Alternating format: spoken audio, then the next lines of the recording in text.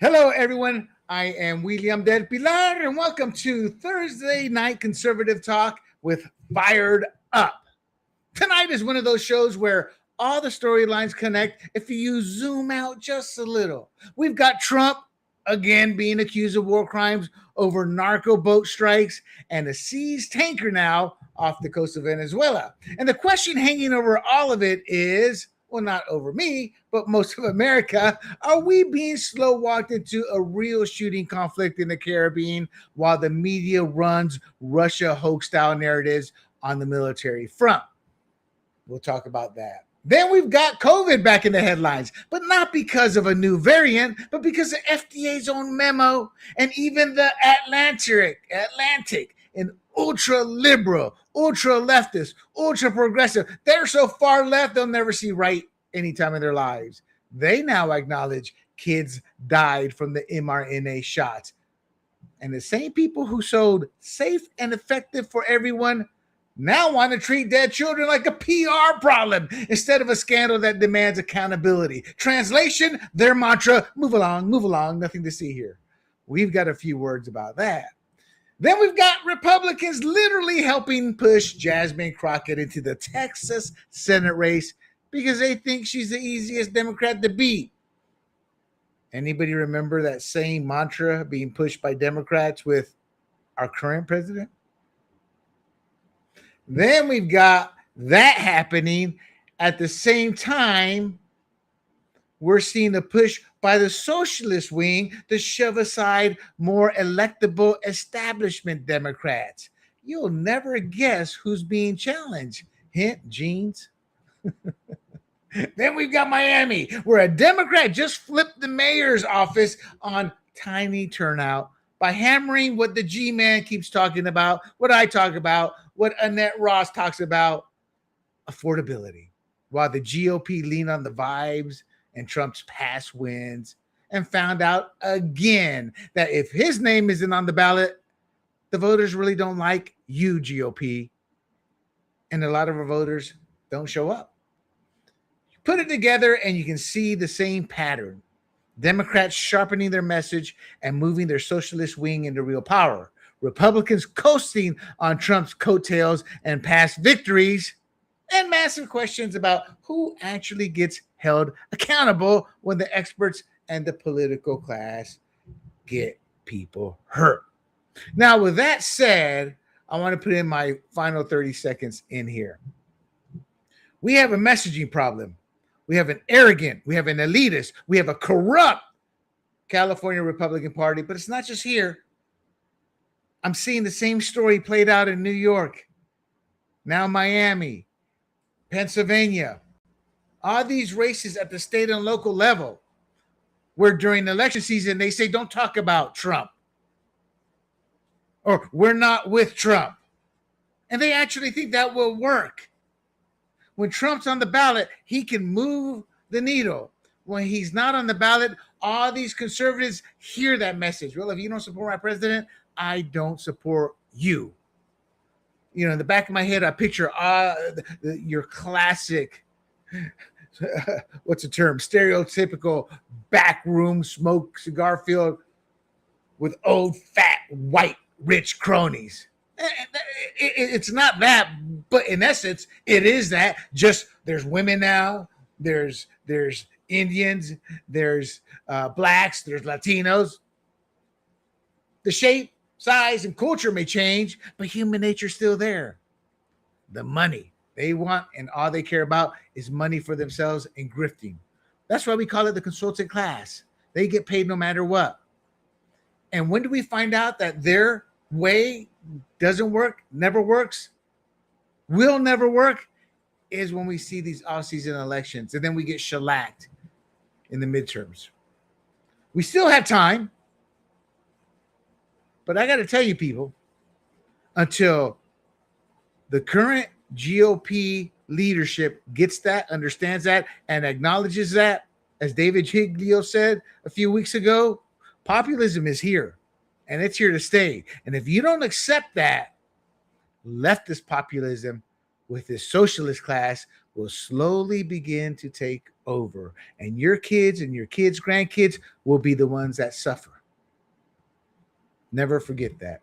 And with that, let's get tonight's show going, and let me bring in the panel. Let's hear what they have to say about my comments here.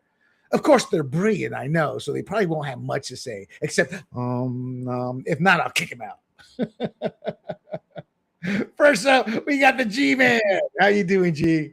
Good. I don't know of any Indians in those smoke-filled back rooms with the power brokers.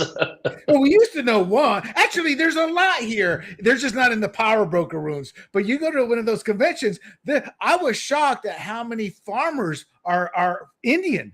You know, and they have a rich legacy. They were they were the ones that wear the turbans. Which ones Sikhs, are they? yeah. The Sikhs, yes. California has a rich history of Sikhs in this state. You know, and that's you can never stop educating yourself. So maybe they haven't made it to the back room yet. G, Miss Annette Ross, how are you doing? Good. I thought when you said brilliant, you meant me and G. I see those lumps I gave you from Tucker last week haven't worn off yet.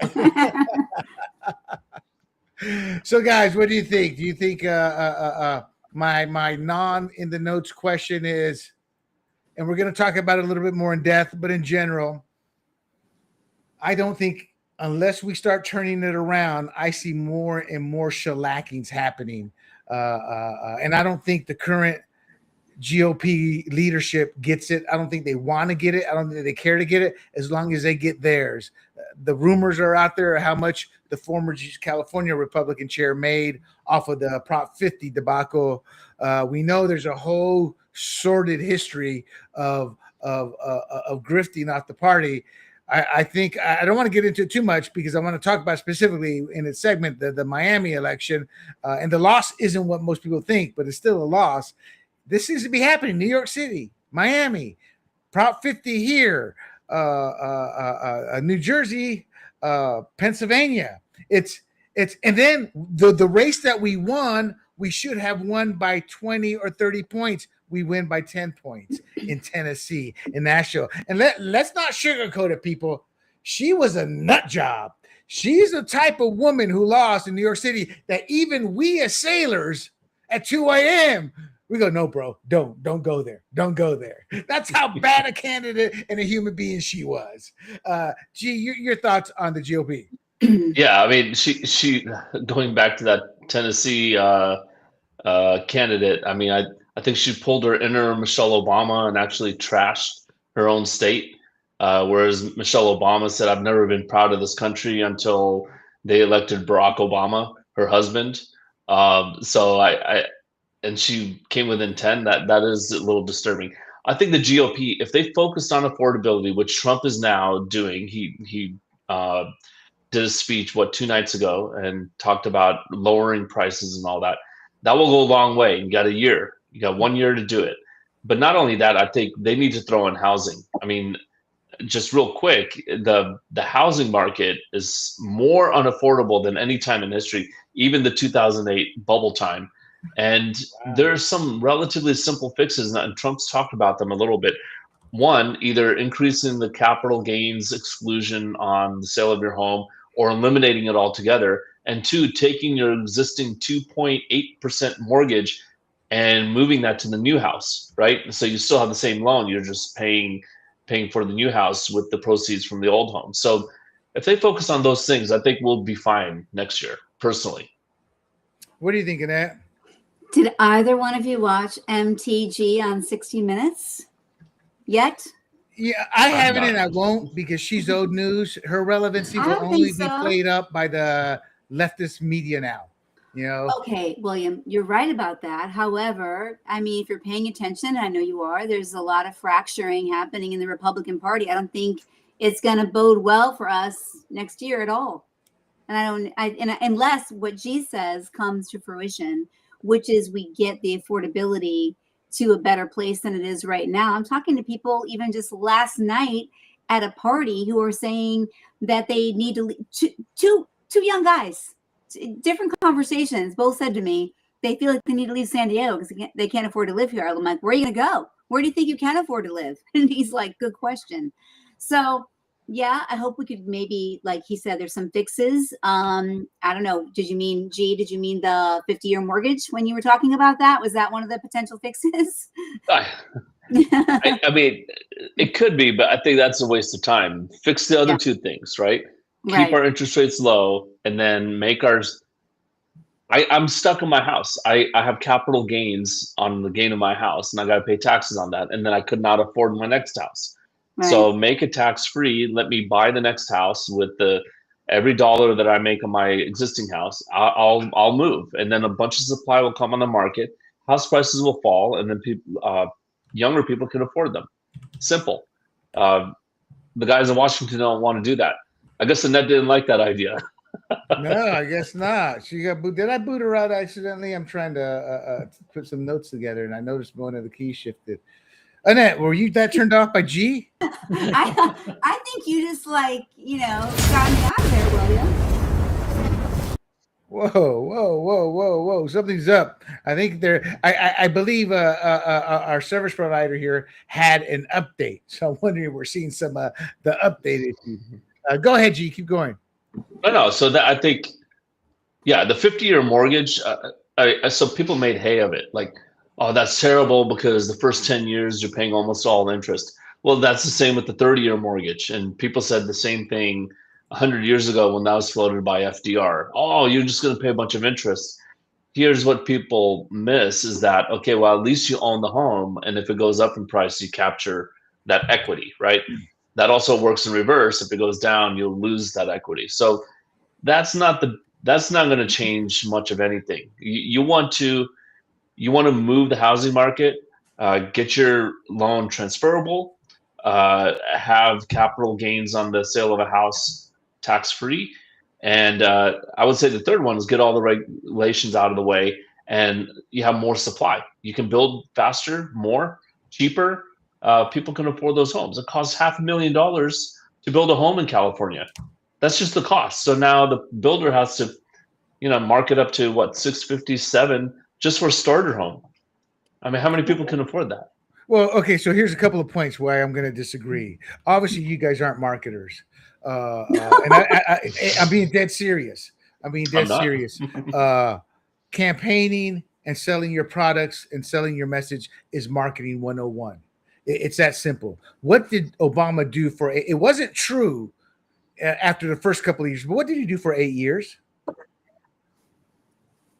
He blamed Bush every single day. We knew it was a joke. You knew it was a joke, but that's what the people believed. That's what helped propel him over Romney. Romney's loss wasn't as big as people think it was,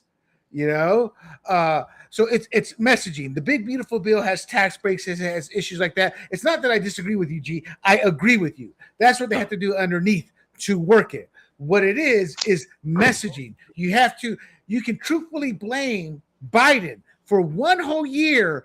You only heard Trump say that, and as he got more involved with peace talks with all these countries and NATO and Ukraine, he stopped that message, and the Republicans never picked that message up.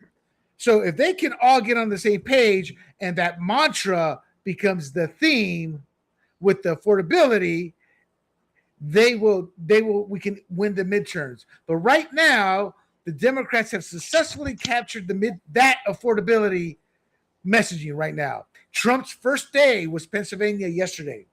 Now, Trump, look, I'm sorry, President Trump, you're a freaking idiot. It's a hoax. Affordability is not a hoax. Everything G said is correct. Yeah. It's correct. We got here from just 4 years ago, G. I want to say 4 years ago, prices in homes are like doubled. Yeah. Just doubled in 4 years. Yeah. Doubled. Think about that. We can throw out all the stats, but in 4 years, it doubled. And here's the other thing is they don't make starter homes anymore. A starter home used to be, me and my wife, we live in pretty much a starter home because we don't have kids. It's 3 bedrooms, garage, couple acres, a little bit over 3,000 square feet. Starter homes are 2,500, 3,000 square feet. Now they make them at 4,500 square feet. They don't make starter homes for actual newlyweds to go in, So that's a problem. So what I'm saying is there's so many problems underneath all of this that they have to go in and take care of, but it's all a messaging game.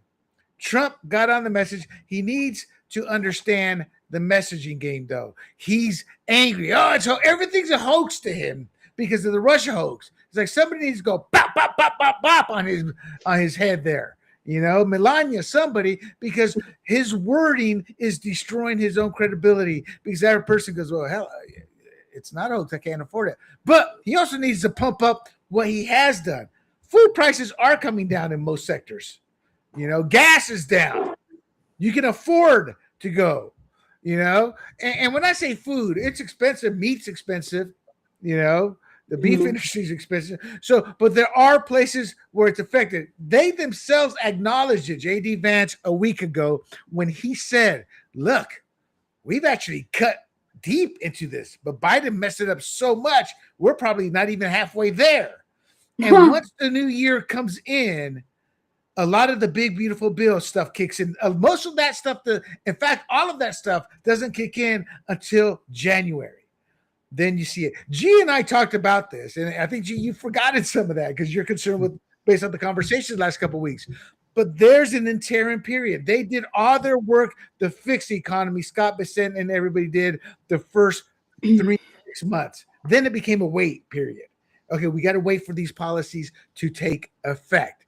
I said that, I predicted that, but it's like a shot in the gut when you see all this negativity, because you can't do it. You feel impotent because you can't really say or do anything except it's a waiting period. But we're a country that doesn't want to wait.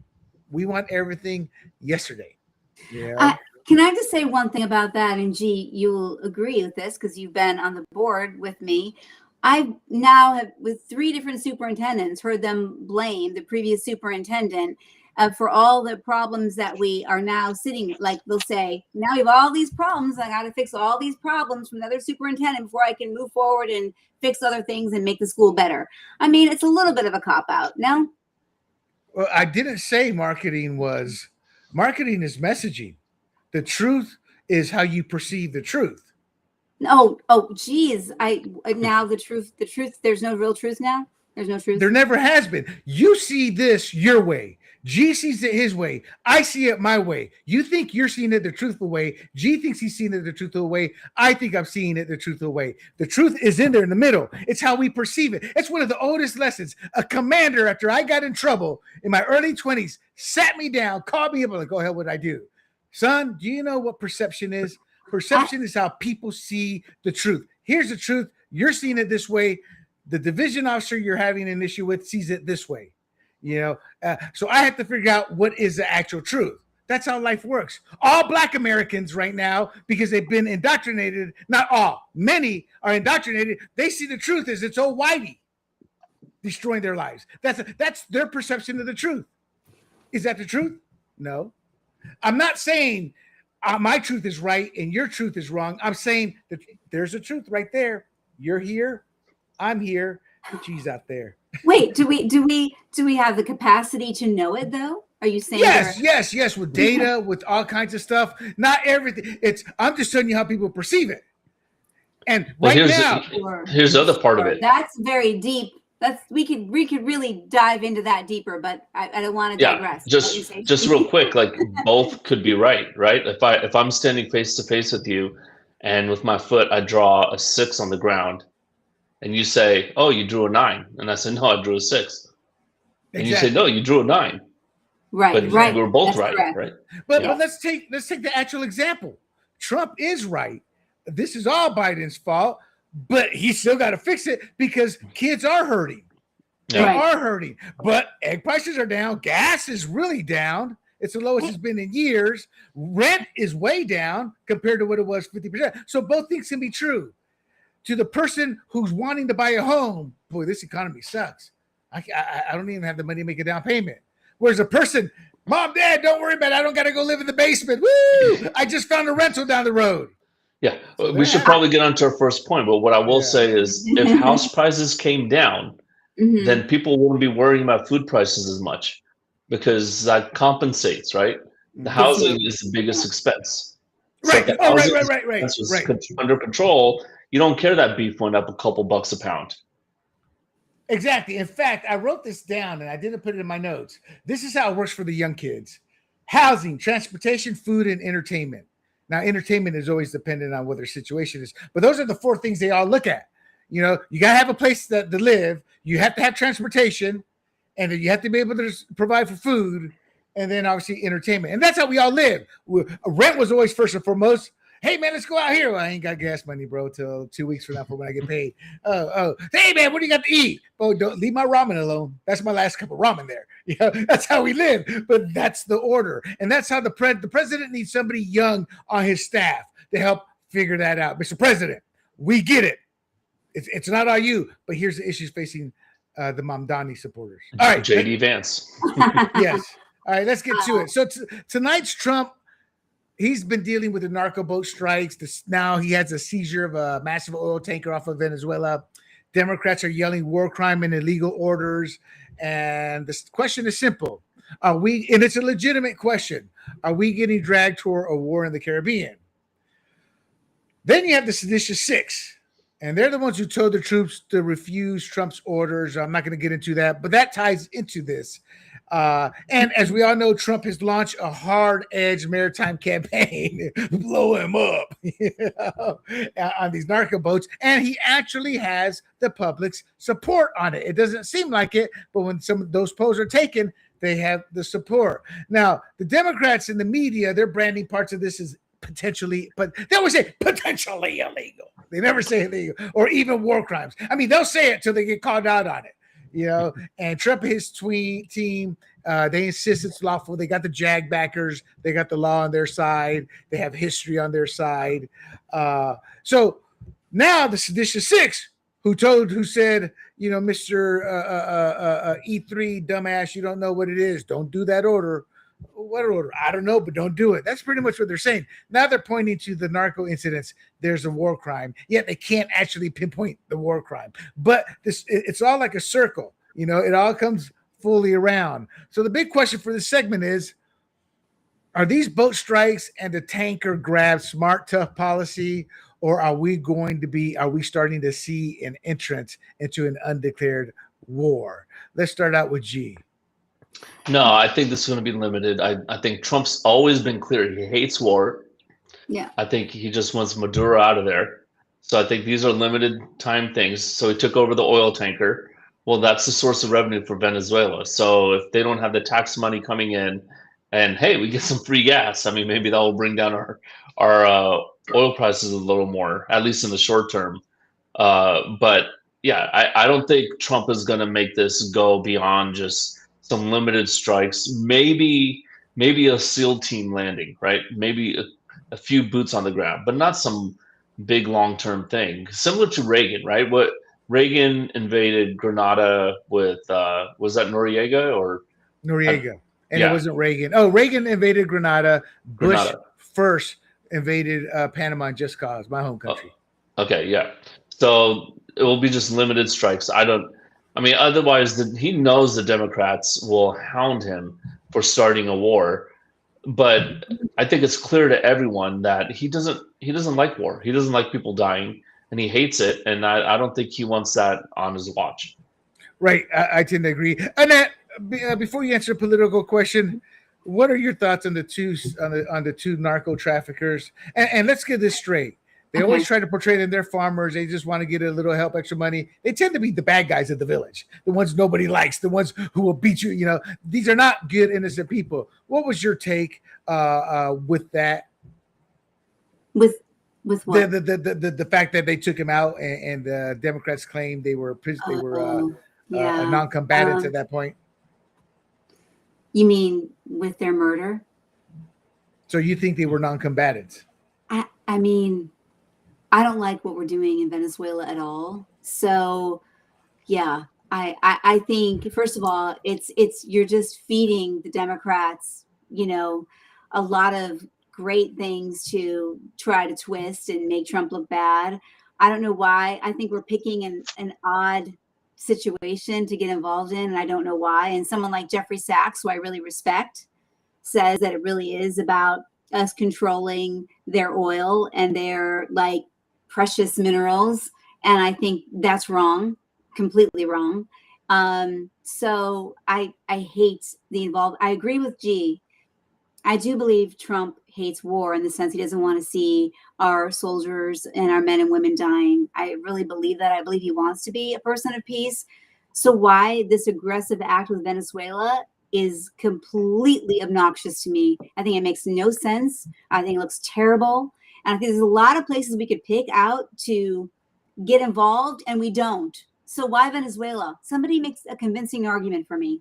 Because we talked about Okay, it. where should we be? Where should we be at then? You said What there's do a you lot of mean? places I we said can this to you go. before. Where are those kids that are missing in Nigeria? Students. So we should go bombing Nigeria is what you're saying. What are you saying here? The Boko Haram. I'm saying why are we letting, you know what I'm saying? Innocent children? They just So I'm disappeared? asking you, what are you saying that Trump should do? Go in there with troops? Do He what? said he was going to. Didn't you hear him on the plane? On the plane, he said he thought it was terrible. He thought he was going to do he something. said we better figure something out before I have to do something. Well, he's done nothing, and they're still missing. So why not Gotcha. that? What's your take on Annette's take, G? No, I don't believe these. I mean, I don't know, right? I don't know that it's farmers on these boats. It could be, but if you're running a drug running operation, you These do are the gang farmers to members. make the Yeah. drugs, but then the guys on the boats actually taking them, they're criminals and gang members or whatever. So or cartel members. So I don't know. I mean, the second strike, I don't know about that because all the information is not out. So that's up in the air. Do I agree with Annette? Like, is getting Maduro out of Venezuela our fight? I mean, we've always had the Monroe Doctrine that this hemisphere is our hemisphere, whether we still believe that or not. And Nigeria is not our hemisphere. So I'm just more of an isolationist overall. So I just think, look, if we need to blockade Venezuela, fine. But if we're going to start bombing them, I'm not for that. But then let me ask you this, though. Don't as many drugs come out of Colombia? So why not Colombia? Are we going to take them on too? So what's Yeah, the real... he just warned the Colombian president. I think this is bad. Yeah, No, I think this is just a pretext to fight the socialist government more than actual drugs. Because you're right, you're never going to stop drugs, and it's more than one country. But I think this is just a pretext of, hey, you're a socialist, we don't like your government. I think that's it. Well, what's happened is there's a crossing of a line. I saw this firsthand in Panama with Noriega. The U.S. tolerates a lot. Then eventually lines get crossed. And the U.S. it's like, okay, we looked the other way for so long. And I think Trump is at that point where I think the establishment was okay with Maduro doing even worse, heinous things. And that includes the exponential increase of shipments. See, people think it's Colombia. Like you said, what about Colombia? That ship sailed a few decades, over a generation ago, in the sense it's not just Colombia. The cartel, it's in Mexico, it's in Venezuela, and Maduro, as with Noriega, it's a unique issue because the head of the state is allowing it to happen. It's not like when Colombia's government was trying to battle them. There's nobody. It's open season. And that's what's increased. They were seen as Venezuela's going to look the other way. And with all the fentanyl and Trump has always had an issue with drugs. He doesn't drink, doesn't smoke those drugs. He ran on his first time with the opioid crisis. And this is merely an extension, along with the Monroe Doctrine, which Trump believes in as well. And Trump, I don't view this as war. This is more political. We're not going to see troops on the ground. If you see any type of spec ops on the ground, it's going to be to blow up key areas, but you're not going to see boots on the ground in engagement. And I also think that the Venezuelans, just like in Panama, they're not it's like, remember Iraq, the sixth largest, strongest army in the world. And they were like a paper mache. A lot of these countries, their numbers aren't as good. And when you do a pounding war through the air, that tends to expose that. And I don't think we'll ever get that far. In fact, Maduro just last week was on the telephone trying to negotiate a settlement to leave, like the Shah did in the 70s, negotiating his exit. And that's where we're at right now. Maduro wants like 1,000 of his cronies to be able to go with him. They're, nothing gets charged on him. What's that term? Oh gosh, I'm drawing a blank. Exile. No. They get away with everything. They don't get charged for anything. About 1,000 of his cronies. He wants to keep 200 million of his own cash. So we're in negotiating terms. But I think Trump views it more from the drug perspective, and they've crossed the line. And every situation is unique. Nigeria and Africa, that's a completely different beast. We have had excursions into Haiti, Panama, El Salvador, Guatemala, because this is our hemisphere. We have history here, and we do have a stake. You make a really good. No, you make a good point about Haiti. Look at Haiti. Look at the state of Haiti. Look at the state, but look at the country of Haiti. How much are we helping those people? We are helping them. The problem is the people we're helping there is taking all the money. Yeah, you remember Papa Doc and Baby Doc?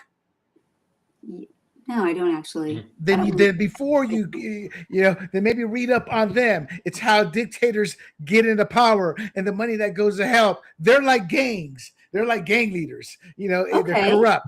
And Madero's corrupt, but I'm saying we're doing something about that and nothing about the Haitians, who I think have they're not a government that hates us. We actually work with them, and we give them money. We give them a lot of aid. It just doesn't go to the people. It's corrupt. Yeah. So what are you trying to say? Can I say the dirty part of it? What's that? Yeah. Venezuela has been, I don't know which terms to use, maybe all of them, the biggest oil producer outside of the United States in the Western Hemisphere. So now they're very important because of oil. And I'm a drill guy, but that's the reality. So now you got a socialist government in there, and they're in charge of the oil. And it's like, well, we don't like the socialist government, or that they got the faucet on the oil and they're selling to their cronies in Russia and all that. So I think that's another part. China. China's their biggest purchaser. So that's another piece of the puzzle. And so don't you think then, William, that it's a little bit of a dicey situation to get into? We're going to make some other people upset. Who cares? Life is like that. I'm not saying who cares by meaning so what, but I'm saying is if that's how you look at everything, then we're going to be an isolationist, like G said. The problem with being an isolationist is the world keeps moving. And if there's no U.S. presence in many places, the bad guys go in and they win. Period. I just love it when you say hold on. If there was no U.S. right now, who would own Ukraine right now? Russia would. Because whose weapons, whose money, who's funding that damn war? We are. Wait a minute. Yeah? But wouldn't the Russians say that Ukraine has always been a part of their territory? Well, yeah, yes. That's what they're saying. But what's that got to do with the U.S.'s presence in Ukraine? You don't see what I'm trying to say. I'm saying they would say that Ukraine's always been a part of Russia. And you would say that maybe they got their independence or whatever. I'm just saying they're all bad guys. It's just a matter of degrees of bad. I think we're talking about, no, I'm saying even Trump, I think I think they're all bad guys. I think these leaders are bad guys. It's about who they're in bed with. And it's about hold on here. You wanted to run for office. Would you have been a bad guy by default then? I probably wouldn't have made it because I'm not a bad guy. What I'm saying is it's easy. See, that's just a blanket cop-out statement. They're all bad guys. Yes, they are. Yes, they are. But the world still has to run.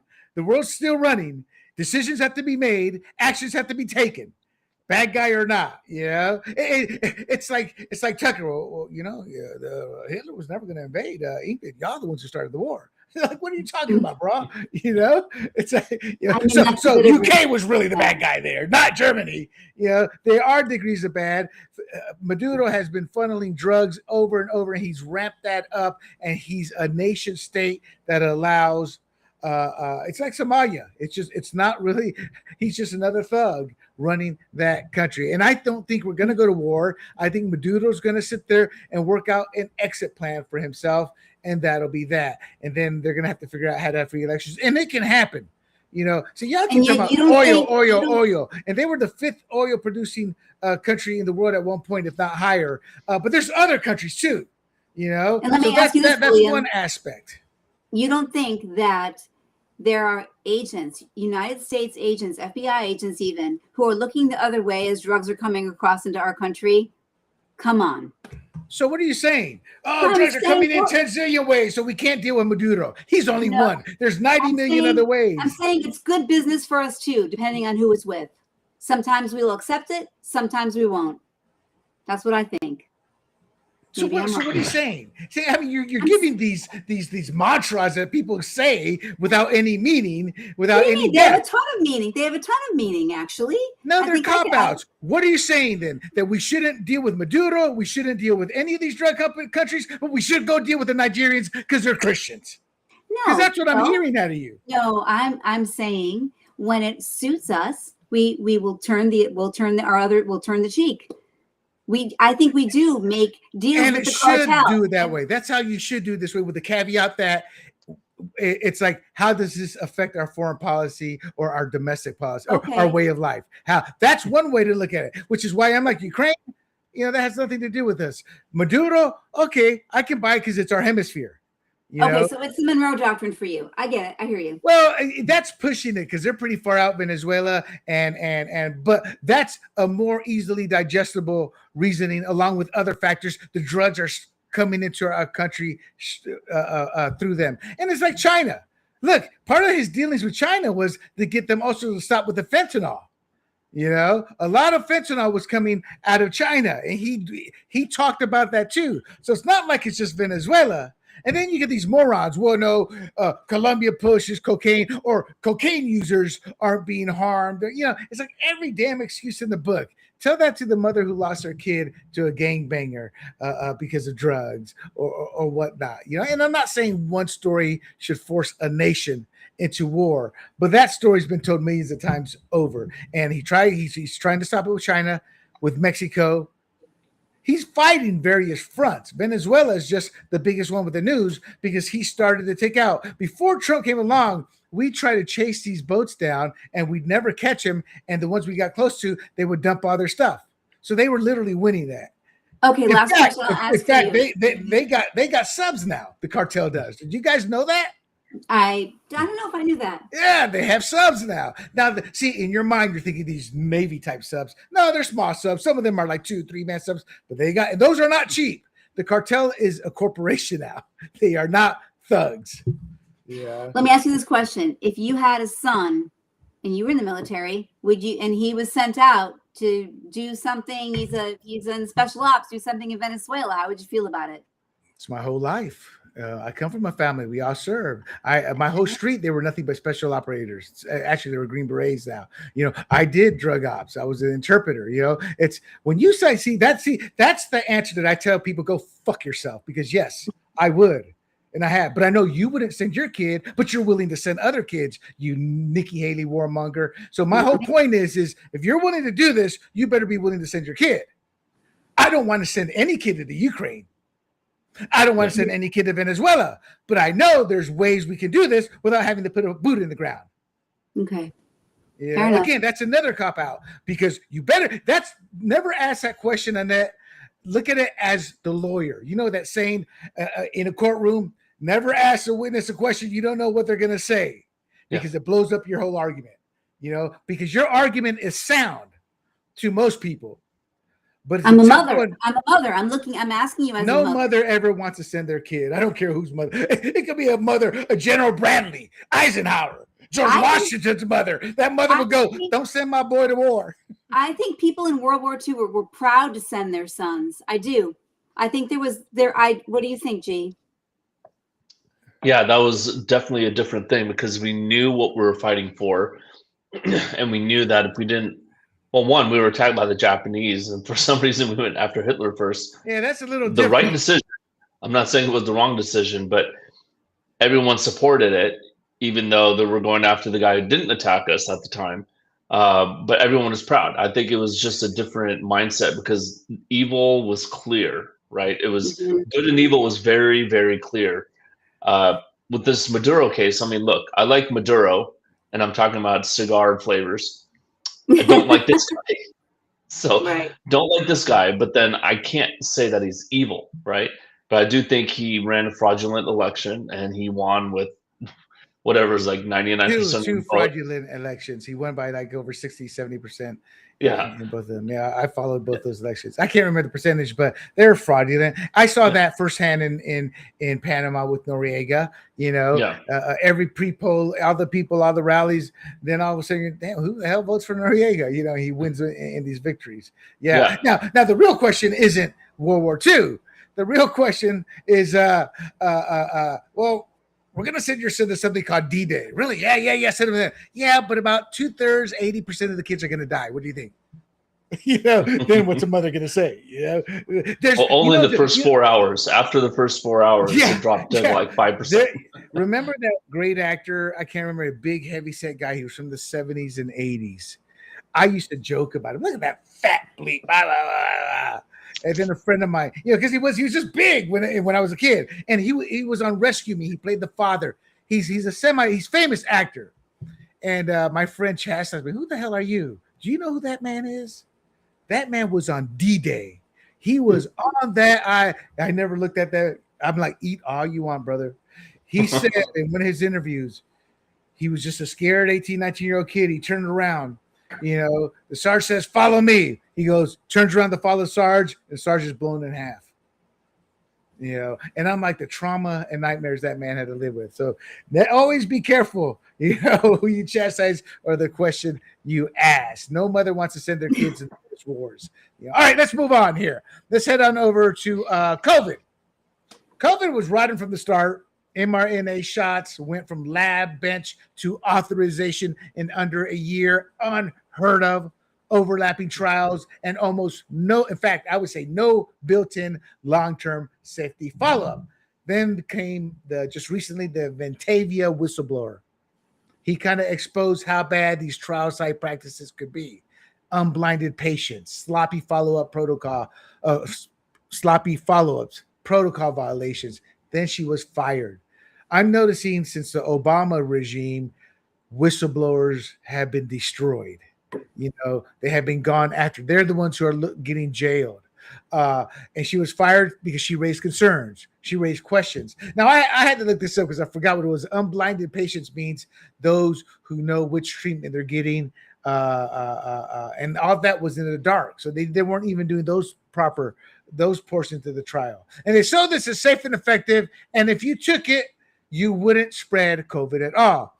That was one of the first arguments I got into with Big John. He is so pro-vax, so anti-hates Trump, so anti-this. He said, they've never said that, William. And I showed him this video. He never brought COVID up again to me, you know, because that's what TDS does to people, you know. It makes them rationalize away the truth, you know. And we all have seen the film Biden, you know, along with the media. You know, and so the early sales pitch was that taking the shot would stop infection and transmission. And that was used to justify mandates, passports, and treating skeptics like pariahs. How many people got censored? So then you had the breakthrough infections. Once they kept spreading, meaning people who had the vaccine were catching COVID, it was undeniable. So then it shifted from it will stop transmission to it might make it milder, or it's good for long-term COVID, even though no studies have actually been done, and long-term COVID hasn't really been defined per se, as much as it's this thought process out there. And when people push back on that shift, the response wasn't debate, it was censor, ban, and smear. The doctors and scientists who question lockdowns, you guys remember this, Dr. Barack, how do you pronounce that? I know you read his book. And Asim Malhotra? No, Barakia. He's in Trump's cabinet now, or working for RFK Jr. But he was banned.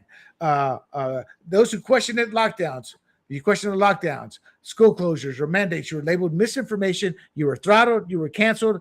Now, even the academics now are saying there are documents showing coordinated efforts to marginalize heterodox COVID views. And by heterodox, meaning those who disagreed with the main message, COVID vax, the COVID jab was good. Alex Berenson, who broke the story of the kids, he was thrown off Twitter over his vaccine criticism, and then he settled with the company. I don't know if he got money or whatnot. So evidence that political pressure, not neutral scientific moderation, drove the censorship. Again, a good example of perception. A lot of people perceived COVID to be good for you, a lot of people perceived it to be bad for you, the vaccine, and the ones who perceived it that way and tried to talk about it were censored, canceled, and even their lives were forever ruined in many cases. So before we get into these kids, looking back at this whole COVID, what's your takeaway from that in terms of how you feel you were treated versus, as well as now that you take a step back, like what really happened versus how it was portrayed? G. Yeah, I mean, I'll answer that, but I want to step back and remind people of right before the election, the COVID vaccine was, I don't know, developed, I should say. I was going to say invented, but developed. And then those guys sat on it because they didn't want to give Trump the credit for developing it until after the election. But if you remember during the vice presidential debate, Kamala Harris was asked, will you take the vaccine if it's developed? Which at the time it pretty much was, but was kept under a container. Now, why? If it's going to save lives, why not release it the month before or 2 months before, 2 weeks before? How many lives could it have saved if it was really going to save lives, right? Which I think to some degree it did. But the question to Kamala is, would you take it? And she said, if Trump develops it, no, I'm not going to take the Trump vaccine. Well, what were they pushing just 4 months later? Because Biden and Kamala get into office, and then they're saying, look, if you don't get this vaccine, which now Biden's taking credit for, and not saying it's a Trump vaccine, so it's Biden's vaccine. So Kamala's like, I'm okay with taking that one. If you don't take this, you're going to lose your job. If you're a teacher, you're going to lose your job. In fact, Annette and I were faced with this California legislature and Gavin Newsom saying, we're going to pass this law that says if your kids don't take this vaccine, they cannot come to school. And Annette and I assigned a resolution saying we will not comply with that. This board of this school district will not do that. Screw you. Kids are not at risk from this virus. So now we see that, no, they actually, I mean, it's a very small percentage, but a lot of kids were harmed by the vaccine. So it's just a travesty, because you know that if they really thought the vaccine was going to save, I don't know, 10,000 lives within the month before the election, they would have released it. They would have brought it out and said, hey, look, we're saving lives. Let's do it now. No, like you said, the TDS was so strong. They're like, let's let 10,000 people, in their mind, let's let 10,000, 20,000 people die so that Trump doesn't get back into office, and then we can give the vaccine once Biden gets into office. Now, I remember the vaccine rollout didn't happen until end of January. So, you know, there's another, like, let's wait till Biden gets into office and then we can start jabbing people. So how many other tens of thousands of people died during that time? So I just think it's a travesty now that they're looking at the black box warning for children. I think that's great, because I'm still getting notifications from a hospital. Hey, it's time for your COVID vaccine. And I'm just like, why are you pushing this on me still? Is COVID a thing? Okay. So Annette, your thoughts? Well, I guess your bigger question was, how do we feel about it? And I think it was almost like, for me, and maybe other people feel this way, like the veil was, parted. And I, for the first time, saw government in a completely different way. I think before then, I generally trusted government most of the time. And it really changed everything for me to think. And I always believed that the vaccine, there was something about it I didn't trust right out of the gate. And I guess I would say, you mentioned, there's a black box warning. Yes, we know that, especially for kids. I don't know. And isn't it true that there's no recourse for people who receive the vaccine? If there were problems that resulted from it, they can't, that's in the 1980s. In the 1980s, under Reagan, one of the travesties that he allowed to happen is, because I disagree with G. I think overall the COVID vaccine helped people. No, I don't. There's no study that can actually show that. There's a lot of theories, that it made it milder, it made it this, so what is it? Somebody's groaning, oh, it's doing you good. Oh, those are the studies they reference. But my point is that happened in the Reagan in the 80s. And my issue with that is the vaccines were so safe. Why can't you sue if your child gets so messed up. And it was only, if I remember correctly, 4 vaccines, or maybe 4 to less. It was single digits. Now it's like 70. Polio, yeah. Mm-hmm. Yeah, now it's like 70 or 80 something now. And they're giving them all in at once or in a couple of doses to these kids, and they're still protected. They fought. They're still fighting. This probably ends it. But up to just a few months ago, they were still fighting we need to have the COVID vaccine part of the vaccines that are given to kids. Why? That would make them immune to any type of legal action. If vaccines are so safe, and don't get me wrong, hygiene, health, all that helped eradicate, and herd immunity helped eradicate a lot of these. But vaccines are good, like you said, polio, measles, they do have their uses. But we've fallen under this belief that vaccines are the cure-all, end-all, when they're not. Our bodies adapt. People don't realize, you look at the descendants of the Chernobyl, the families living there, their radiation level tolerances are higher than the average human being because they've been living around that now for 2 generations now. And scientists thought that was impossible. Impossible. But the point is the human body is resilient. Mm-hmm. I go to Panama, I get sick if I breathe the wrong way. And there's my cousins, because that's the environment they live in. So the human body adapts. And I view the COVID vaccine as, I don't know if I'm not a conspiracy theory, but there's so many things. It was government's first big test. It was this. I know this. The government succeeded with what they wanted to do to keep us locked up and closed up because of technology. I can't remember what happened in the 80s or 90s, but they tried to shut the country down, and that lasted for less than 2 weeks because people had to go to actual work. The world had to keep moving. But with the remote viewing, sci-fi, so with the remote work, etc., it's a different game now. And I think it was a disgrace. I am a reader. As I told Annette, I am an expert, on Bigfoot, on ufology, on the country's founding. I remember you calling into the Art Bell show a few years back.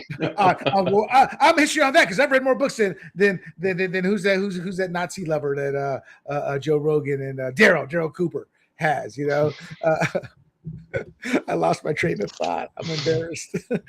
Well, no, I do want to say that a lot of these vaccines are just dead versions of the bacteria or virus, right?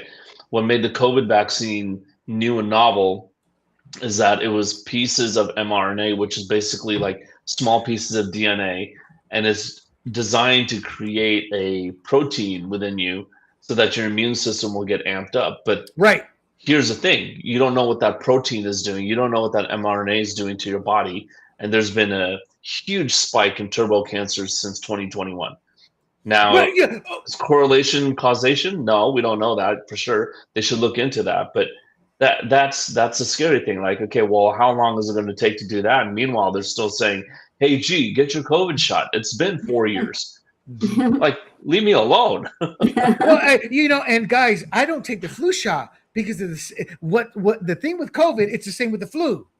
They can only create one flu shot a season, and they guess on what's going to be the most predominant. So I won't take it because of the damage. Now, you said something that triggered me, in a good way. I'm triggered. When all this was happening, I have covered sports my whole life. That's how I made my money. I was a pioneer, yada, yada, yada. But I was good at it because we covered it all. And the anti-vaxxers and some people we know and others, they're saying, I'm like, I have never in my life ever seen 20-year-olds dropping dead like we have seen in Europe. No, William, that happens all the time. No, it doesn't. It happens, but it's rare. See, they were conflating. Is that the right word? Conflating the rareness, trying to get people to realize, oh, it happens. It's okay. It happens. I'm like, no, it's a rarity. And they're dropping dead. And now the studies of the kids with myocarditis, the kids who don't need it. And this is what angers me at our generation and our parents' generation. Losers. Arrogant piece of crap losers. Why? Because they were forcing the kids to have to take those shots because they were fear for their life. Look, brah, you got 10, 15, 20 years. Those kids have 60, 70, 80 years, and you're putting them at risk to protect yourself. How noble are you? Well, got me a big fat pension I got to spend. You know, so, and I'm not a saint, but I'm like, our generation is closer to death. That number of RIP we're closer to than we've ever than those young kids are. You know, so it's just a situation in which, when I saw it, I had one question, because I was excited. I'm like, Trump's going to get this done. He's going to get reelected. Blah, blah. Oh, but then when I saw the 2 weeks, I'm like, I'm a logical person. I deduce logically. And I'm like, hold on. If it's going through the air and it spreads, you can't stop airborne. It's you don't know how long it's going to take. You can't say 2 weeks. So that's 2 weeks. So I knew that was a lie. But my main question, I kept telling my wife, she goes, are we going to take it? And I go, not if it doesn't stop COVID. That's my only question. And all the research I did, it never said, but they were telling me it's not COVID. But when I would look for the sourcing, there was no sourcing. And my point is, they lied to us from the get-go. And G brought up a good point, which I'll add to it. If we were in such danger, people would have been stampeding over one another to get the COVID. Instead, technology betrayed the elites. We saw the Democrats at that party here in California, that fundraiser where Nancy Pelosi and all the white Democrats, a few blacks scattered in there, a few Latinos, but the point being, it's just the what's the word? The difference in how it looked. You saw all the brown people, servants with the trays, and all of them had their mask on. Yeah. Then you saw Hollywood. They had their whole food set up, done, and this local bartender, restaurateur, right next to where they were all open and able to do their business, her restaurant was shut down. Why was mom and pop shop, grocery stores, liquor stores, whatever stores? Oh, no. You are not essential. Oh, but Walmart and Target and Albertsons are, you know. So the lie was there from the get-go. And I think what punctuated the lie and what made Gavin Newsom a household name, and what is his death knell, because he's easily defeatable. I don't know if you guys saw it, but Bob Hogue, Roxanne Hogue, a friend of the show, her husband said it best. When he delivers, he sounds smarter than Kamala. He sounds more charismatic than Biden. And when he delivers his message, you're like, damn, I believe him. But once you start dissecting it, he's exposed. Case in point, remember the paddle boarder? That will always be tied to him. The guy in the water and the cop in the boat, paddle to the shore, you know, arresting people, you know, that, and obviously the French winery. Is that what it was? French winery? Yeah, he was like at dinner. French Laundry. French Laundry. Yeah. Then there's a Super Bowl. Yes, exactly. So it was a big lie, big scam. And you know what my wife is concerned about now? She goes, I had to get tested every day. I had to drive down by the mall where they did the testing, the COVID, so you could go to work. She had to go do that. She was, I'm wondering if maybe something may have happened to me. But it was one of the few times I said, babe, we're not. It's me and my wife, we make this. She allows me to make most of the decisions, but we always talk everything. But it was one of the very few times I said, babe, you will not take. And she says, why? Because I love you, I fear for you, and I do not want that jab in us. Because just like these drugs for kids, people did not think ahead. It's not reversible. Once you get this vaccine crap in you, it's in you. And look at so, Megyn Annette Kelly. has a story, and I'm going to ask you to tell just a little bit of it. But you caught COVID, and there was a law in California that says you cannot attend. What was it? You cannot attend a board meeting unless you were vaccinated at some point. Do you remember that? Yeah. And you were told you. Yeah, I do. I do remember that, and I can't remember what even the resolution. What did me? No. But so you had gone past COVID. It was 2 weeks after, and you were told you cannot attend the meeting because you're not vaccinated. And I had to argue the point. This is stupid because you just beat off COVID. Your immune system is stronger than the stupid vaccine, right? Yeah, because you actually fought off the actual virus. Yeah. And then I think you were barred from attending the own board meeting. I can't remember if you actually attended it or you decided not to push the issue or whatnot, but it happened because of that. No, and I wanted to bring up, and it's funny now, I can't remember. I sort of feel like I didn't go to that one meeting, but about that book, William. Well, two things I wanted to bring up. One is that book, Cause Unknown, And it was all about what you just said, kids just dropping dead. And, you know, in sports on fields and playing sports and, you know, like you said, the myocarditis, you know what I mean? And being related to the cause unknown, but not really. It was the vaccine. And the other one was news about the vaccine coming out. That tennis player. Wasn't there a tennis player who refused to get the vaccine? He flew all the way out to Australia. Yes. The number one ranked Djorvik or something like that. Number one ranked tennis player. He missed his opportunity, like to win, like when you win them all in a row, because he wasn't allowed the Grand Slam. They let him into Australia, then they kicked him out when the uproar became too much. Yeah. I mean, go ahead. No, just say, let's just get to the kids here real quick.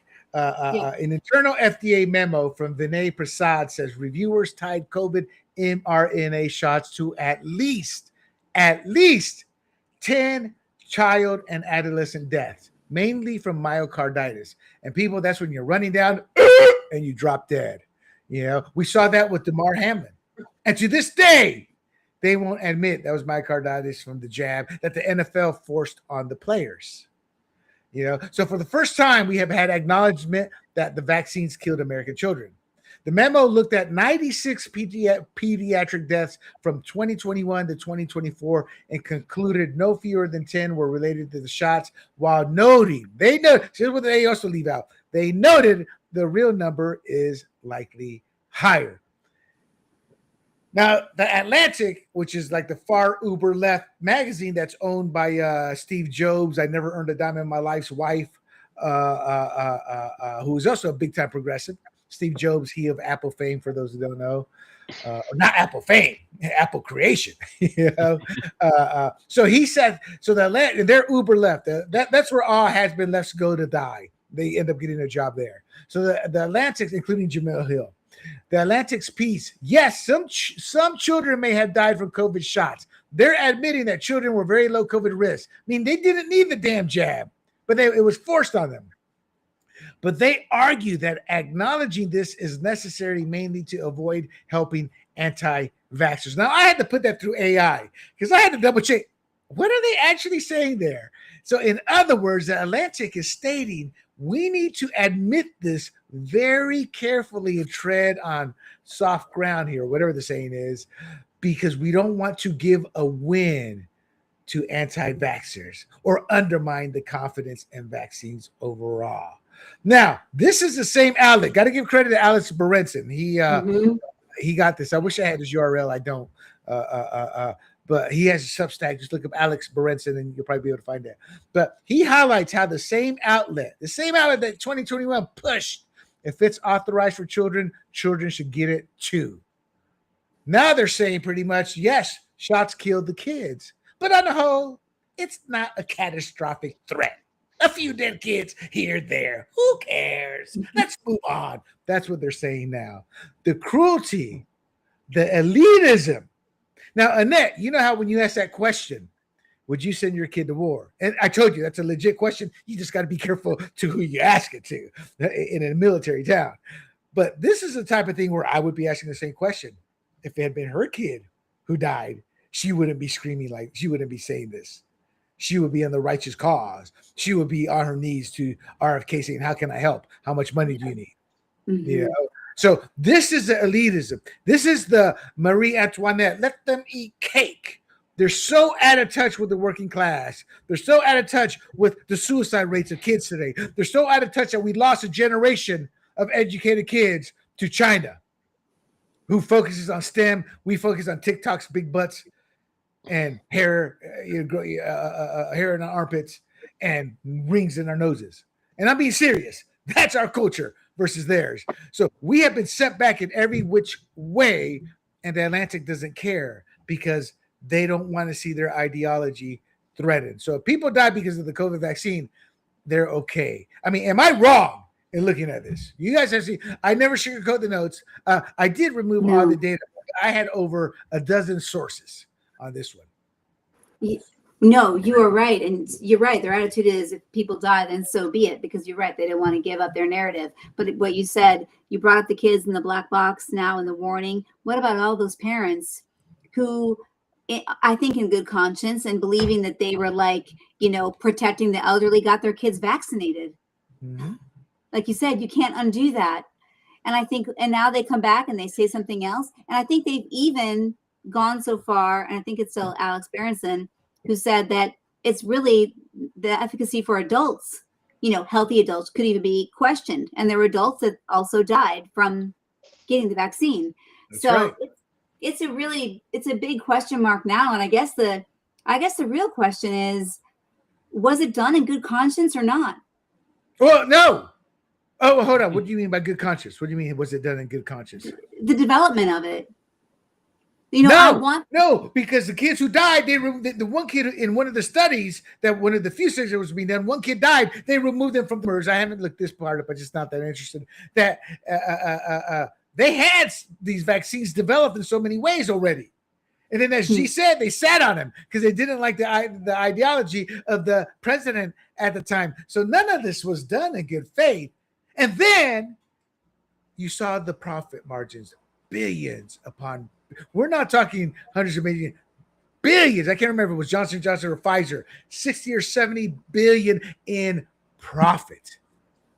Then they're pushing, well, we got to make this mandatory with the 70 some odd or 80 some odd vaccines we get this. Why? It's more money. Gee, there are going to be black box warning. They're talking about that they're weighing a strict black box warning for Pfizer and Moderna mRNA.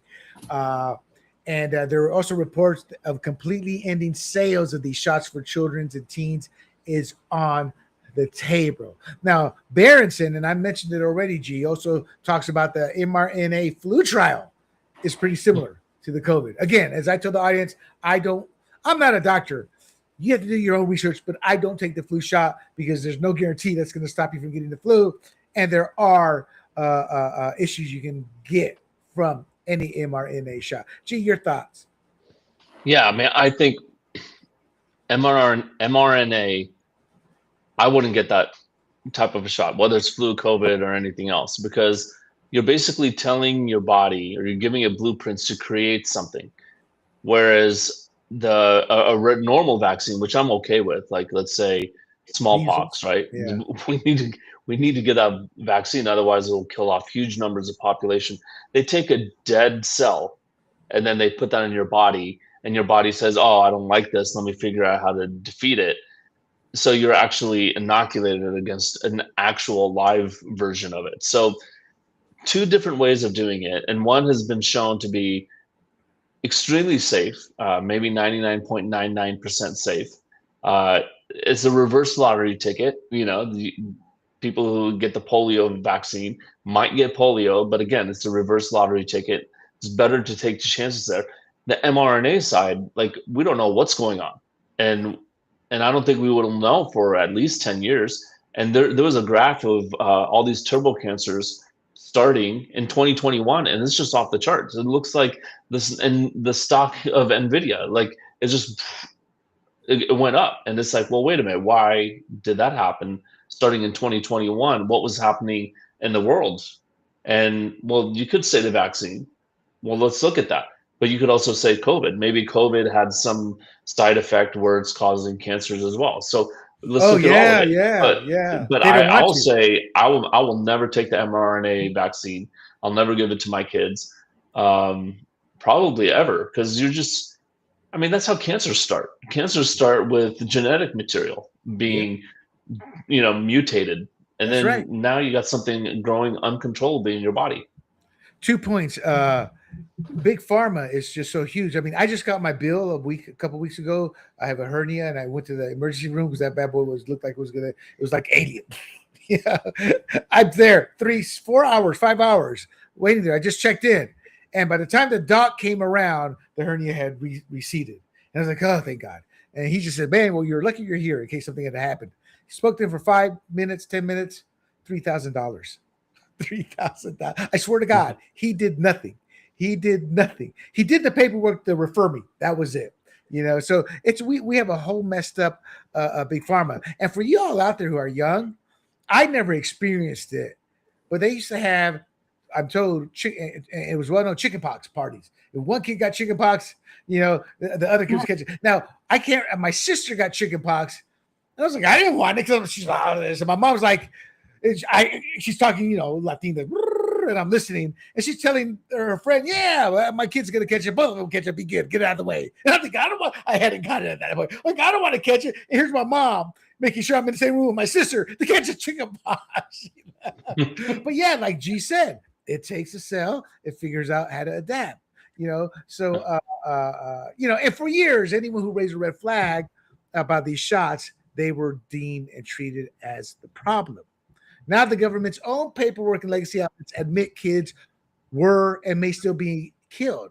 And the people who sow this to us act like it's a minor detail, basically saying, fine, some died, but you better keep believing anyway, because a few deaths don't matter. Now move along, plebe. If we don't insist on real public reckoning over how these vaccines were pushed on children and soldiers. Let's not forget the soldiers. They may have been adults. Take the jab or you get booted out. We don't care if 6 weeks to retirement, you're out. We're telling the next round of experts, if we don't hold these people accountable, and bureaucrats, they can gamble with people's lives and never have to answer for it. And that is my issue with big government. That is my issue with crony capitalism. And that is my issue with big pharma. And I saw that I saw that firsthand push on us. I wasn't even in the medical side. I was in the marketing and fundraising side. But every single day at the Alzheimer's Association, somebody from Pfizer, we had close ties with Pfizer, was always there. Hey, I got this here. You take it home. Whether aspirin or whatnot, they were pushing something on us. All right, let's do some hot takes here. Let's do 10 minutes of hot takes. You guys better be quick with your answer because I am the jury and executioner here. Okay, quick. We've talked about this.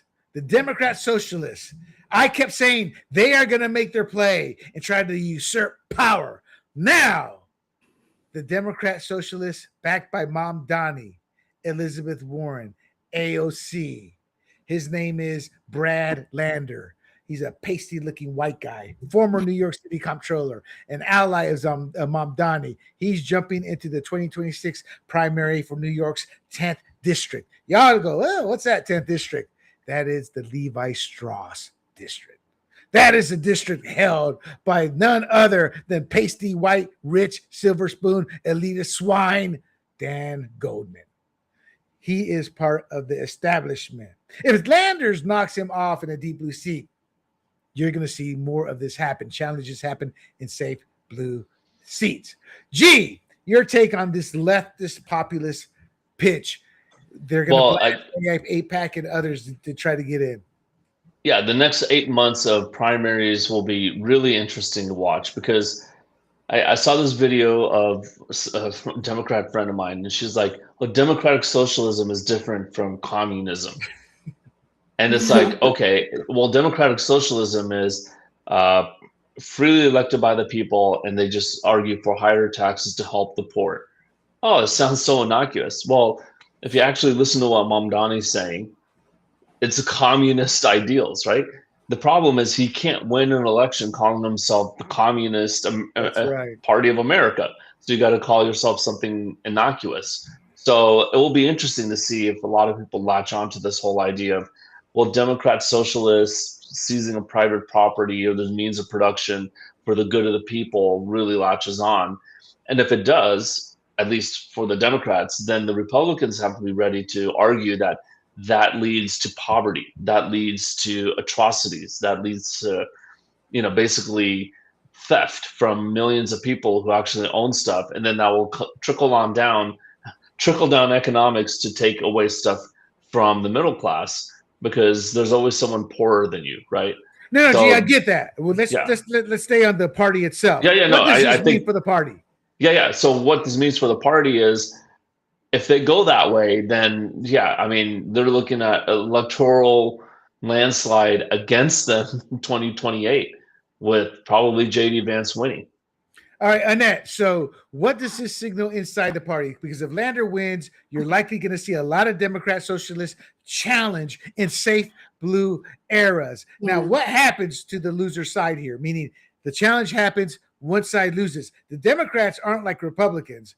They're going to chew you out, spit you out, and tell you to go home. So, and the reason I ask that is Elizabeth Warren is backing Landman. You know? Yeah. I think they're unraveling. And I think this extreme part of the party has got a lot of momentum right now. And as G said, it's really going to be interesting to watch. But I think that they've got the attention of young voters. Something about it people are finding appealing and exciting. And, you know, history repeats itself, William. Class warfare. Here's how this reads to me. The lines are drawn or will be drawn. This is the socialist wing taking its first real swing at an establishment heavyweight. No matter what you say about Dan Goldman, he's an up-and-coming heavyweight because he's uber rich, and it's in a deep blue, high-profile seat. They're not just yelling from the cheap seats anymore, the socialists. They're trying to seize the keys to the car. And if Lander wins, you're going to see a wave of these blue-on-blue knife fights in safe Democrat districts all over the map, mostly urban areas. But if he loses badly, well, a lot of these national figures who are hitching themselves to the Mamdani AOC lane, people like Warren and their progressive brand builders, what happens? They can find out that they just bet their reputations on a faction most Democrat voters don't actually want running the show. GOP helped push Jasmine Crockett into a Texas Senate race. So Republican strategists, this came out from a story from Notos, to give credit where credit is due, that they quietly engineered Jasmine Crockett's entry into the Texas Senate primary to elevate a weak far-left Democrat, exposing both GOP game, yada, yada, yada. God, why did I write something so long? The GOP helped get her in there by putting her name in polls. Because of her name recognition, she polled higher. So they made sure that got out there. And Jasmine goes, ooh, look at that. I got to run. Boom, she ran. The two serious contenders dropped out because they don't have the name recognition. The GOP says they planned this out. Annette, your thoughts on her in the race itself. How do you see this with her in the race playing out? You mean, how do I think she'll do? Yes. I don't know. Ask G first. I'm not sure. G. All right. Well, G, how do you think this will do? And the reason I say that is never say never. Isn't this what they said about President Trump? And I'm going to go back to Annette because Annette, I just kind of dropped it on you. The reason I asked you is how is she going to do? Yeah. She's not expected to do well and is expected to get shellacked. But do you know, tell the audience if you know, who told a certain Democrat who turned Republican, yeah, you should run, man. Check these polls out. You're looking good. You mean to set her up? Yeah, that's what they did to Jasmine. Bill Clinton did that to Donald Trump before the 2016 election. Oh, I didn't know that. You always learn something from me. See, I am now an expert on Bill Clinton and Bill and Hillary because I read the books. I'm up there with Daryl Cooper. I'm just on here learning. Jasmine, though, I mean, I have so many feelings about her, but do I think she was set up, or is she going to be the one to get the last laugh? Exactly. That's what I'm asking. I think. Come on, the crystal ball. No, I think it could be surprisingly in her favor. All righty. G, let's hit back to socialists. She's a hard-wing socialist. Let's say she even gets close. What does this mean for the socialist brand? And do you think this was a smart move by the Republicans? No, if she wins, of course, it'll be huge for the socialist brand because it's Texas. Yeah. If she wins Texas, and that's a statewide vote, it's not a particular area that's blue. It's a statewide vote. So that's huge, and that's disturbing for the whole country. So I don't think she's going to win. I think she's going to lose. I don't think it says one thing or another about the socialist brand because of that, because everyone will just dismiss it as, hey, it's Texas, right? So just as I'm saying, I don't think she'll win.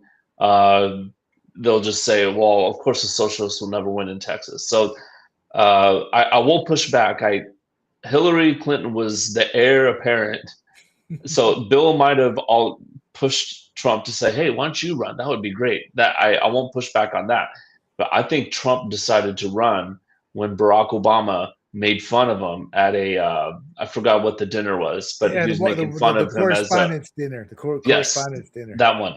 And he's saying, well, a reality TV show host, chiming in on world affairs and started making fun of Trump. And you could see Trump was in the audience and he was not smiling.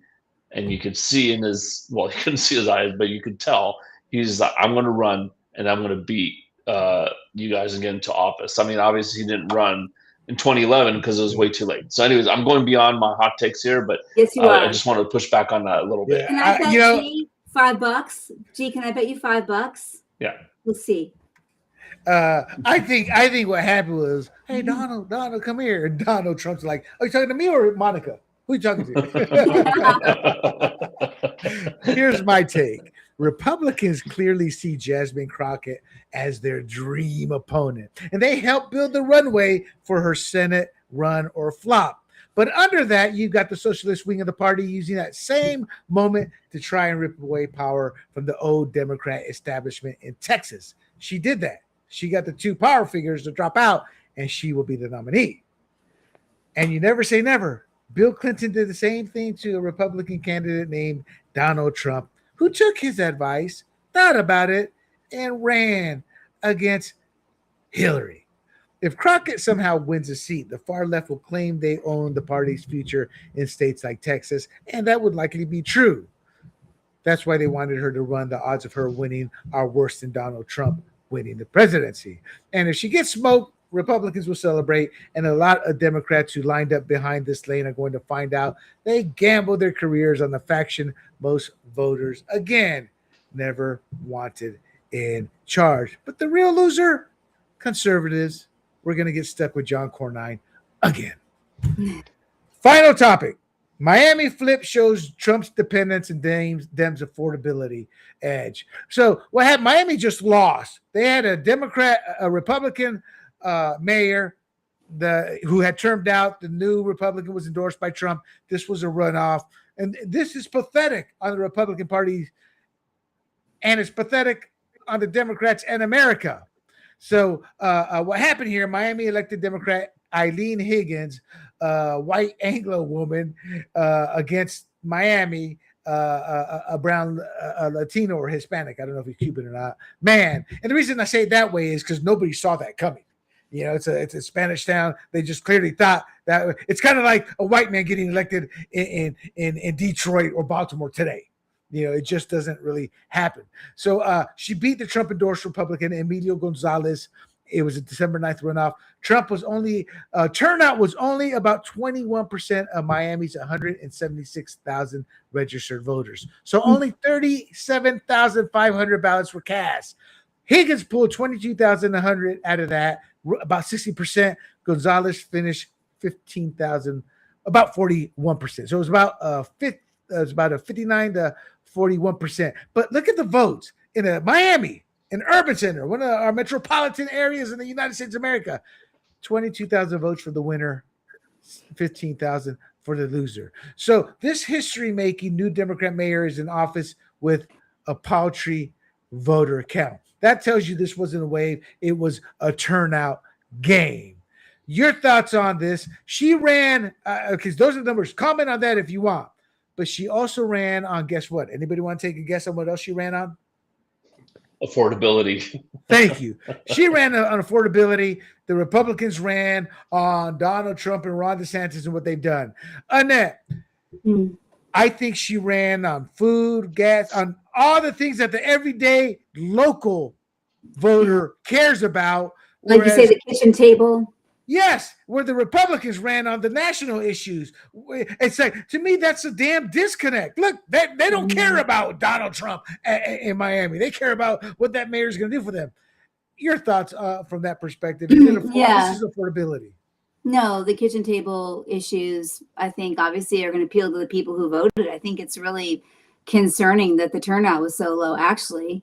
And I think it's to what we were talking about earlier, what we've been talking about sort of this whole show a little bit, is that I don't think it's necessarily people have lost interest. I mean, people are interested in whether they can feed their children and buy a house. But I think that people are disenchanted honestly, with the government. I do. I think people are and don't really know where to turn. And I mean, I think I'm not saying DeSantis hasn't done a good job and they couldn't get that message, but obviously that wasn't that appealing because it wasn't like, again, relating to me in my everyday life. And people, I think even as a person who's run for office, as a person who's just like a mom, I do want people to talk to me and relate to my everyday life and the needs and concerns that I have. Although I do have, wider concerns as well. But the most important thing to me is my family and my food on the table and my district and my home. And, then it goes out from there. So I think it's just sad sort of and very concerning that the turnout was that low, which shows like a real lack of interest. And what's that about? It's apathy. G, again, the cost of living, affordability, basic services, how regular Miamians are getting squeezed by prices and growth because rent's getting sky high, housing is sky high because they really do have an influx of blue state citizens moving there. Now, the results say Democrats can still flip a trending city if they hammer affordability, while Republicans act like Trump's past Miami-Dade performance means the work is already done. Who's at fault here? Well, the Republican Party for not turning out. And that's I'm talking about the ones who are in charge of the turnout machine, right? So I was talking to Corey of our local San Diego Republican Party, and he had made the case that all these elections are all about turnout. And I mean, okay, so Miami's population is like 440,000 people. And what'd you say, 40,000 people voted? So 10% of the city voted. 37,000 ballots cast, and the person won. And if you had just flipped 4,000 votes, it would have gone the other way. I mean, you're talking 1%. You flipped 1% of the population. So it's just a turnout machine. But I do think that having the right focus helps too.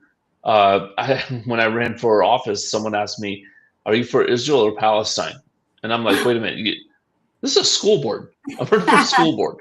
Like, what am I going to do in terms of that policy? Oh, I just want to know about your judgment." I'm like, okay, no, you just want to know my political opinion. But I'm talking about the school issues, and I want to balance the budget, right? And so I stayed on the message. I want that person's vote, and I said, look, if I can't affect it, I mean, you should vote for me for what I can affect.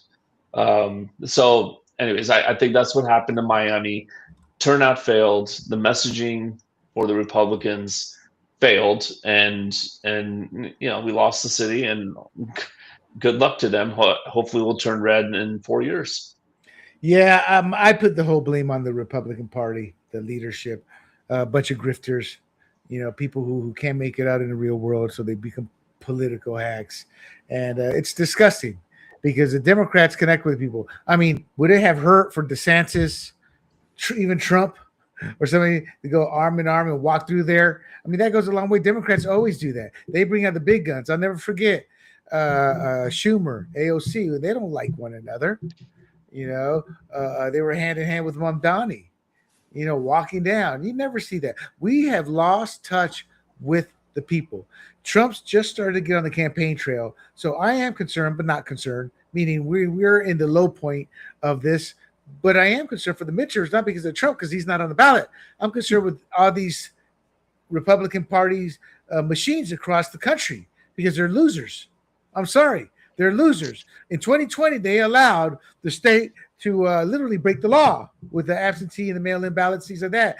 Here, we've never challenged the mail-in ballots, our California Republican Party. So yeah, I view them as weak.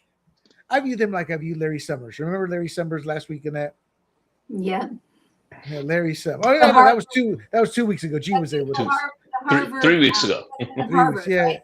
Yeah. I mean, I just look at him like, you're not a man. I feel for your wife because when it comes time to man up, you're just not a man. And I say that metaphorically. Yeah, but it's just like the GOP needs a man up. And affordability is an issue. So here's what this should tell our side. We are still the party of low propensity voters who turn out when Trump is on the ballot and disappear when he's not. Why? We don't like you, GOP. You have to win us over and you're not. Meanwhile, Democrats are quietly stealing the wins with 20-something thousand votes and an affordability message. Common sense. If we keep taking victory laps, if we keep living off Trump's coattails and don't build our own ground game to improve turnout and create a real cost of living message, cities like Miami are going to keep slipping away. States will slip away. This is happening throughout the country. And the arrogance of the GOP at the state and local level is costing us huge wins, and it's shaping a narrative Democrats can exploit. It's time for Trump and the GOP to get back on their messaging game. After all, Obama successfully blamed Bush for 8 years with lie after lie after lie. Trump and the GOP can truthfully blame the last 4 on the Democrats and Biden. And there you have it. That is our show for the night. I want to thank my 2 panelists here. I want to thank the warmonger Annette Ross. I'm kidding. It's me. I'm kidding. Yeah. And I want to thank the jihadist, the G-man. I'm kidding again. And I want to thank you, the audience. So until next week, make sure you tune in. And we are on every Thursday at 9 p.m. Eastern. You can find more of our podcasts, more of our shorts, more of our clips over at Grumblings Media Politics. It's actually Grumblings Media-Politics, but you can find us via Grumblings Media as well. You can find us on YouTube, Rumble, Apple, Spotify, Pandora, and all those other places you find podcasts at.